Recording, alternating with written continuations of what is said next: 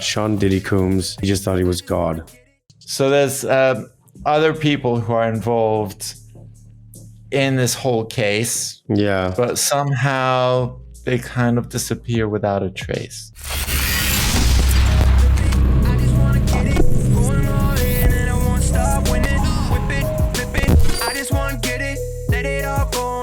As you heard, or if you haven't and you've been living under a rock, Diddy was not charged for the serious crimes. Judge has ruled Sean Diddy Combs will remain in jail after a jury found him guilty on 2 counts of prostitution. The music mogul was acquitted, though, on the most serious charges, that's sex trafficking and racketeering. Attorneys for Combs declined to comment on the bail being denied, saying that those things are still in process. Listen. We are not nearly done fighting. Today was a major step in the right direction, but we fight on and we're going to win, and we're not going to stop until he walks out of prison a free man to his family. CBS News legal reporter Katrina Kaufman was inside the courtroom yesterday. He already got like a reduced sentence. It's funny because he's been convicted of prostitution, but not trafficking. I mean, so what he had? Yeah. So how is he convicted of prostitution? Does that mean that he had the really legal? Going on? Did he have a license to prostitute people, or like? How does that work? I don't quite understand. Or did he? Or is he being convicted of prostituting himself? I don't quite understand that. Is he just like collecting money that other people underneath him are? I don't know, but people around. I don't know. There's some human trafficking element in this. There definitely is, and in fact, which we can show later in a moment. Whitney Webb, who's an investigative reporter out of, I think, she's in Argentina. She actually explains a bit deeper because she exposes the connections in relation to the Diddy case that I hadn't published yet, involving her and Epstein. And so I thought it would be interesting to explore how she sort of intersects both worlds. But then, in doing that, kind of realized there were more intersections to be had, including the current president, among other figures, Ron Burkle being another one. So it seemed worth exploring at least that broader network. And, a lot of the people, oligarch figures that pop up in my book, the Bronfman family, for example, had an outsized influence on the record industry and on hip hop in the 1990s and beyond.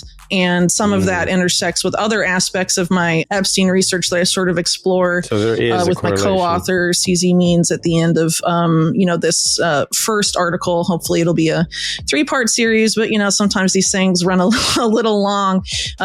We tend to do long form journalism at Unlimited Hangout anyway, so it might be more than 3, but some of my past stuff sort of on a podcast. Yeah, Unlimited Hangout is kind of like Whitney Webb's podcast, where she goes into depth with a lot of corruption and stuff. It's really cool. Mm-hmm. Yeah.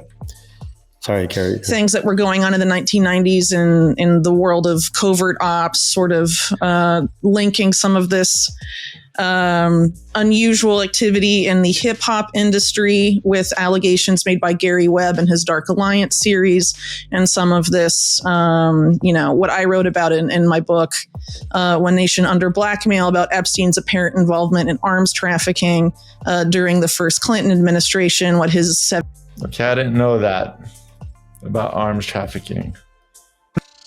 Like, here we're getting into like different industries. Like, well. Yeah, the other one wasn't. Well, it's not far behind, right? That's the thing. So, 17 visits to the Clinton White House were about, and why he had assisted on behalf of his, main patron, Leslie Wexner, relocating the Southern Air Transport airline, which had previously been CIA owned and had been the main Iran-Contra airline that had been involved in drug and arms trafficking for the benefit of the Contras in Nicaragua. How that was sort of repurposed in this period and sort of had teamed up with these corrupt actors in China's military-industrial complex to basically flood urban America with illegal assault weapons, which is not really something that gets talked about a lot, but I've always thought is a pretty important piece of the puzzle in talking about, this alleged effort that's touched on here of sort of engineering a cultural shift for the purpose of, for the benefit of the private prison industry. And so there's an exploration of that as it relates to Diddy. But basically, in a nutshell, the interest in the Diddy case was similar to my interest in the Epstein case initially, in that, the way the media narrative is about these cases is sort of, very focused on either Diddy or Epstein, and like they were the mastermind of all of this stuff. And these people never exist in a vacuum. They tend to have significant moneyed benefactors that somehow evade persecution or even investigation. That's very obvious in the Epstein case, but I think it's also pretty true as it relates to, the Diddy case as well. And he learned this behavior that he's now, in prison for and awaiting trial for from, various other figures that have somehow evaded the kind of charges that now face Diddy. And why is other figures have evaded the charges? So there's other people who are involved in this whole case. Yeah. But somehow they kind of disappear without a trace. Of course. So the series is meant to sort of explore that, and also they stay in the shadows.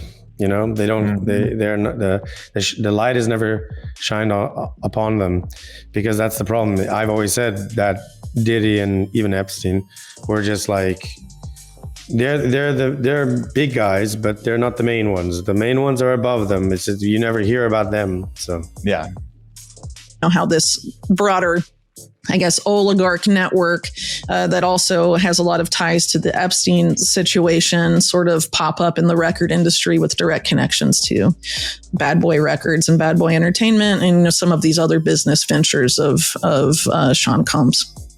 So in these sort of things, in our opinion, there should be some deeper investigation and not just finish with Diddy's trial. There should be okay, let's look a bit deeper into this. Yeah. Who else could be involved in this? Yeah. Right. And also, I'm not sure how much my audience follows this, but do you mind giving just for people who don't, can you give a history of what he's being accused of, the state of the trial, and any relevant information you think it's important to know or understand? Sure. So I'm not, the series probably isn't going to include stuff that would, sort of be more like court reporting. But as I understand it, he's already had aspects of the legal process have already advanced, and I think his trial is due to start in May. He stands accused of operating what's been called by AP, an empire of sex crimes, sex and human trafficking. A lot of similarities in the charges in some ways to the Epstein and also Ghislaine Maxwell cases. But what's interesting, though, is that, whereas with Epstein and Maxwell, it was sort of the FBI and SDNY leading, the Diddy case has had a lot of involvement from the Department of Homeland Security, which is kind of unusual, it seems. Yeah, which is kind of unusual, it seems. That is unusual. That's what nobody understood. The raids were done by the. This is what I'm saying. Everything is backwards here. Anyway, seriously. Yeah. Mm-hmm. It was interesting also as a native New Yorker, it was interesting to hear about the different places he had gone to school and lived and moved. And then we'll get it when we talk about Epstein. I don't know if you know what high school I went to, but guess what high school I went to? Oh, the same one as him. Or where he taught. Yeah, exactly. He was a teacher. That's where That's bar the was and everything. Thing about Epstein. He was a teacher as well. People forget he was originally a teacher, and then he shot up into becoming this bagman and this wheeler dealer for finance. Really weird background. It is weird. So, what is this? My name is. So, so as much as that was so as the judge said, they're still pursuing things. It's not final. It could be the case that Diddy is still potentially pursued for trafficking and stuff. It's just that currently he's been acquitted for the most serious crimes, which is a joke. Obviously, all those around him who have known him for a long time, and there's many other guilty parties that have not come to light. Now they're scrambling around trying to claim defamation, like Jay-Z. So again, everything's alleged. I don't want to get into trouble from these people, but the reality is that there's a lot of people that are horribly connected to Diddy, and he's probably keeping a lot of names tight to his chest. But yeah, here we have it. Epstein accuser says she Sean Diddy Combs' abuse. He just thought he was God. Says it all, really. I mean, there are connections.